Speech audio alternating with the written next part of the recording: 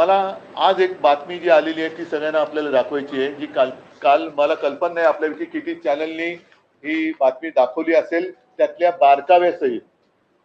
आणि ही बातमी म्हणजे जे मी म्हटलं की पंतप्रधानांना आपल्या देशाचे जे भाग्यविधाते आहेत त्या तरुणांना ते भेटत नाहीत.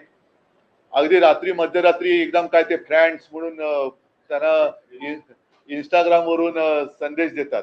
म्हणजे आता ही एक बघण्यासारखी गोष्ट आहे की कोरोनाच्या काळामध्ये जेव्हा मी फेसबुक लाईव्ह करत होतो तेव्हा मला जे उपदेश देत होते की फेसबुक वरून सरकार चालत नाही, आता इंस्टाग्राम वरून सरकार चालवण्याची वेळ आलेली आहे. एवढी यांची आता हालत खराब झालेली आहे. आणि मला नाही वाटत अशी म्हणजे कदाचित ही खरं आहे की जे काँग्रेसला जमलं नाही गेल्या 60-65 वर्षात त्यावेळेला ते यांनी करून दाखवलं. कारण काँग्रेसने एवढ्या शिव्या त्यांच्या डोळ्या देखत कधीच खाल्ल्या नव्हत्या. तेवढ्या शिव्या आणि नालस्ती पंतप्रधान माननीय पंतप्रधान आणि गृहमंत्र्यांच्या वाटेत आलेल्या आहेत. साहजिकच आहे, परत एकदा सांगतो की या तरुणांना भेटण्यासाठी यांच्याकडे वेळ नाही किंवा त्यांना कमीपणा वाटतो. मात्र जे गद्दार शिवसेना चोरून शहासेना ज्यांनी स्थापन केलेली आहे आणि स्वतःला जे शिवसेना म्हणून मिरवत आहेत ते गद्दार काल पंतप्रधानांना जाऊन भेटले. त्यांना भेटायला पंतप्रधानांकडे वेळ आहे. शहासेनेचे प्रमुख शहा काल मुंबईत होते. त्यांचं स्वागत त्यांनी ठेवलेल्या या गद्दारांनी केलं असेलच. मात्र हे गद्दार खासदार यांना भेटायला मोदींना वेळ आहे. मोदी त्यांना नुसते भेटलेच नाही तर मोदींनी जे काय त्यांना सांगितलं की जसं आपण म्हणतो की स्वामी समर्थांना आपण एक त्यांच्या चरणी लीन होतो, याचं कारण का की संकटाच्या वेळेला आपल्या पाठी कोणीतरी आहे. म्हणून स्वामी समर्थांचं जे वाक्य आहे की भिऊ नकोस, मी आहे तुझ्या पाठीशी, तसं आता मोदी नवीन स्वामी झालेत की काय. म्हणजे देशात तरुणाई तर त्यांना यथेच्छ त्यांची निंदा नालस्ती करते, पण मोदी महाशय या गद्दारांना सांगतायत की भिऊ नकोस, मी तुमच्या पाठीशी आहे. म्हणजे हे एक म्हणजे फार विचित्र आहे. आणि आता या गद्दारांना चिंता कसली आहे, कारण वॉशिंग मशीन मध्ये गेलेत, यांना आता यांच्यावरचे डाग तर धुतले गेलेत, मात्र गद्दारीचा डाग हा धुतला जात नाहीये. तो डाग धुणारं वॉशिंग मशीन अजून भाजपकडे आलेलं नाहीये. हे बाकीच्यांकडे फोटो आलेले आहेत. काल त्यांची भेट झाली. परत एकदा सांगतो की देशातले तरुण तिकडे त्यांच्या न्याय हक्कासाठी आंदोलन करताना त्यांच्यावरती लाट्या काठ्या गोळ्या चालवतात. त्यांना तुम्हाला भेटता येत नाही आणि बेशरमपणाने गद्दारांना नुसते भेटत नाही तर मी तुमच्या पाठीशी आहे हे सांगतायत.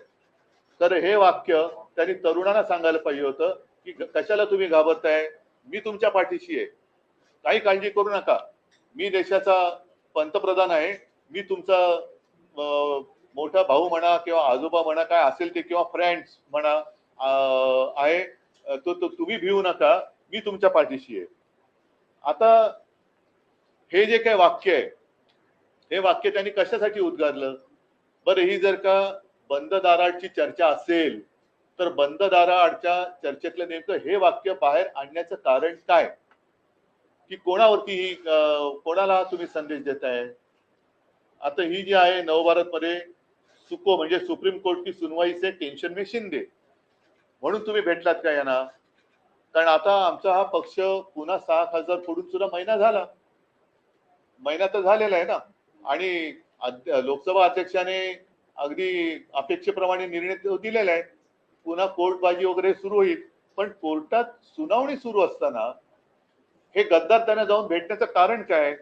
आणि परत आता हे पण म्हणून मी या पेपर सकट आणले, चिंता करू नका, मी तुमच्या पाठीशी.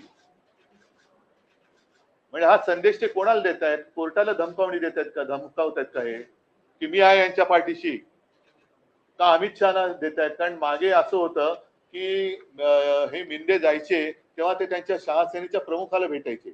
आता शहासेनेच्या प्रमुखाला ते भेटायची त्यांना गरज नाही, कारण त्यांचा आता बहुतेक बॉस बदललाय. आता ते थेट मोदींना भेटतात आणि विशेष म्हणजे शहा इकडे असताना ते मोदींना भेटतात.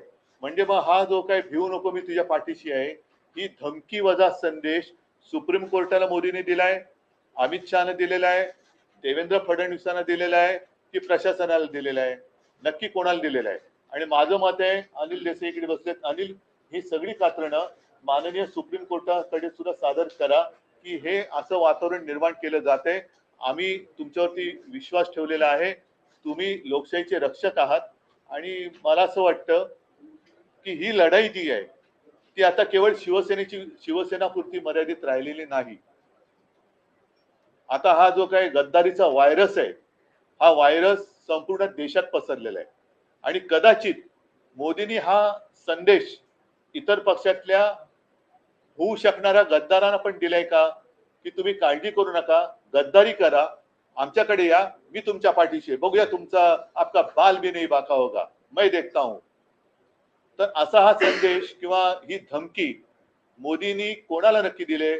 सुप्रीम कोर्टाला दिले, अमित शहाना दिले, देवेंद्रना दिले, प्रशासनाने दिले का हा संदेश इतर पक्षातल्या गद्दार होऊ शकणाऱ्या खासदारांना दिले की तुम्ही गद्दारी करा, मी तुमच्या पाठीशी आहे. तर याचा खुलासा झाला पाहिजे.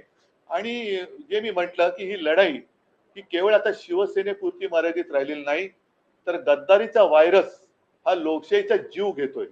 तर लोकशाही बद्दल प्रेम असणारे, संविधानाबद्दल प्रेम असणारे जे देशभक्त आहेत, त्या तमाम काश्मीर पासून कन्याकुमारी पर्यंतच्या तमाम देशभक्तांना मी आवाहन करतोय की तुम्ही आता ही लढाई आपण सगळ्यांनी मिळून एकत्रित लढण्याची गरज आहे.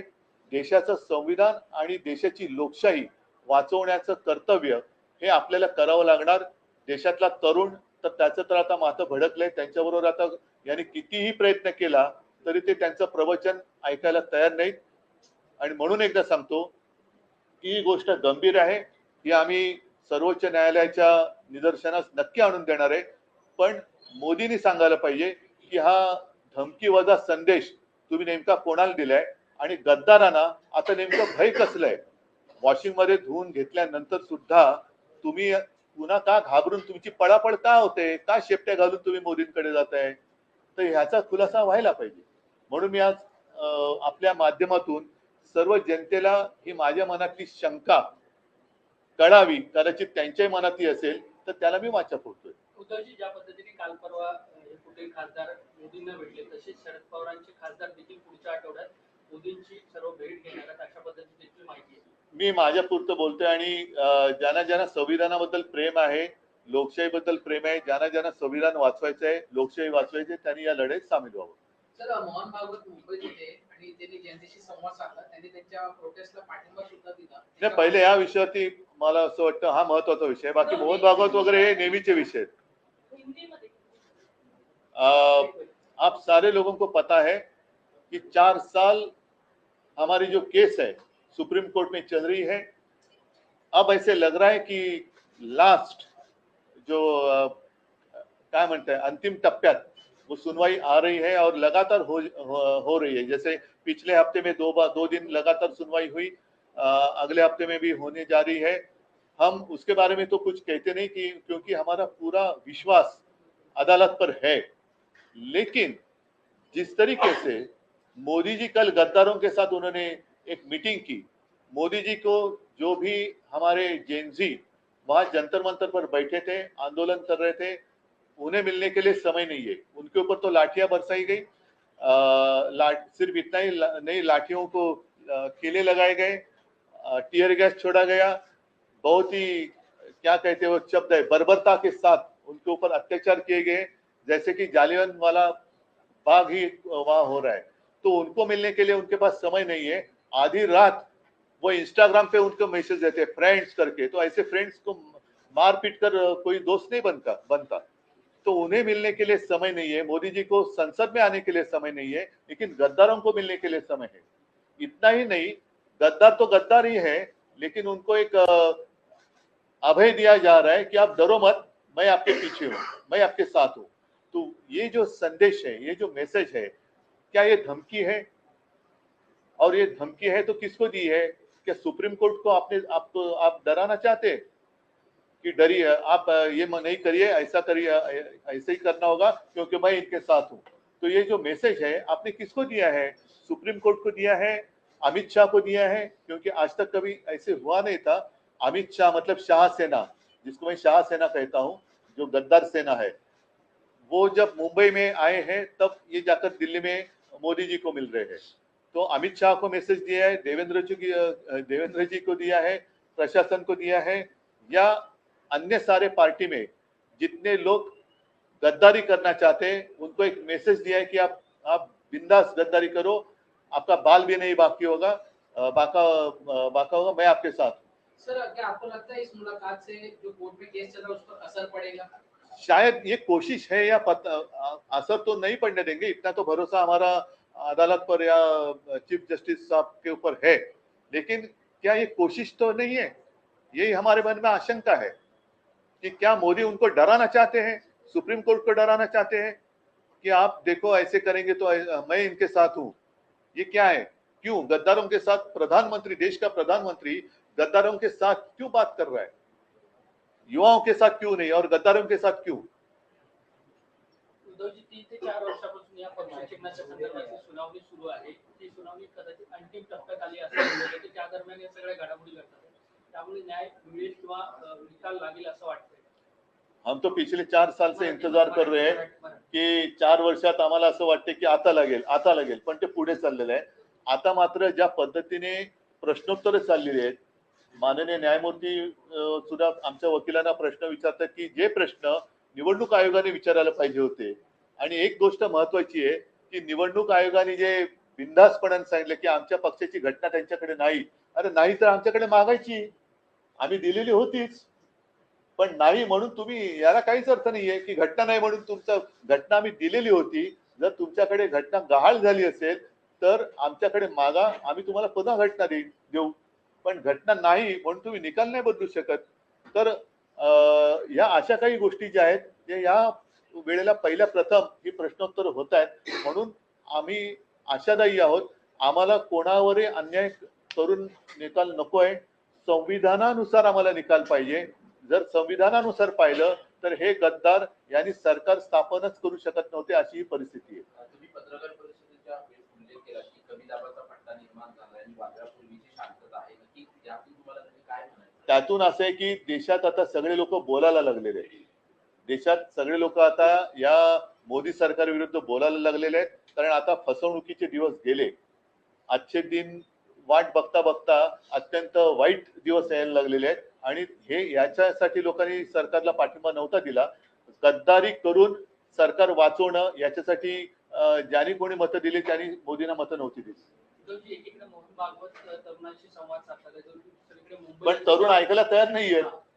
मोहनजी काल आले होते, तरुणांशी एक संवाद साधण्याचा त्यांनी एक केविलवाणा प्रयत्न जरूर केला, पण त्यातनं बाहेर पडलेल्या तरुणांची जी काही प्रतिक्रिया आहे ते कोणी ते ऐकायच्या मानसिकतेत नाहीये. त्यांचं म्हणणं की तुम्ही आता काय करताय आणि प्रवचन काय देतायत तुम्ही, हे सुधरत का नाहीये? सरकार तुमचं आहे ना, सरकार तुमचं आहे, तुम्ही मेहनत करून आणलेलं सरकार आहे. हे सरकार असं वागताना तुम्ही गप्प का बसलात? का तिकडे जाऊन भेटला नाही लोकांना? आणि तिकडे आता सुद्धा अमित शहाचा राजीनामा मागितला जातोय. जर RSS सरकार चालवत असेल आणि RSSचं भाजप ऐकत असेल तर मोहनजींनी मुलांशी संवाद साधण्याच्या आधी अमित शहाचा राजीनामा घेऊन मग साधायला पाहिजे. तरुणांच्या आणि पंतप्रधानांचे अनेक ठिकाणी पोस्टर्स लागले, जनजी विथ PM आणि अशा पद्धतीचं. हे भाडोत्री लोक आहेत. या भाडोत्री ही आता काय झालंय, भाजपला आता फेस सेव्हिंग राहिलेलं नाहीये, कारण त्यांच्या तोंडाला फेस आलाय. म्हणून जसं ते ट्रोलर गँग आहे, हे गँग आहे, त्या गँग आहे, तशी त्यांची पोस्टर गँग आहे. सोडून द्या. मला हा विषय फार आता महत्वाचा वाटतो की आमच्या केसची सुनावणी सुरू असताना जे पंतप्रधान जेनझीना नाही भेटले ते पंतप्रधान गद्दारांना भेटतायत आणि गद्दारांना सांगतात की भिवू नका, मी तुमच्या पाठीशी आहे. हे फार आक्षेपार्ह आहे आणि ह्याची दखल आम्ही तर घेतोच आहोत, जनतेने घेतली पाहिजे, पण सर्वोच्च न्यायालयाने सुद्धा घेतली पाहिजे आणि विचारलं पाहिजे की नेमकं तुम्ही कोणाला बोललेला आहात. सर तुम्ही हा मुद्दा न्यायालयात मांडणार का? यांची भेट झाली आणि नेमकं नाही, आम्ही ते मांडू आता, पण हे मी जनतेच्या न्यायालयात तर पहिल्या प्रथम मांडतोय. जनतेच्या न्यायालयात आपल्या माध्यमातून मी मांडतोय आणि हे आक्षेपार्ह आहे. पहिली गोष्ट, कोणाच्या पाठीशी वगैरे हा तर भाग वेगळाच, पण गद्दारांना आमच्या देशाचा पंतप्रधान भेटतोय आणि गद्दारी केल्याबद्दल घेऊ नका, मी तुमच्या पाठीशी सांगतोय, हे फार निंदनीय आहे.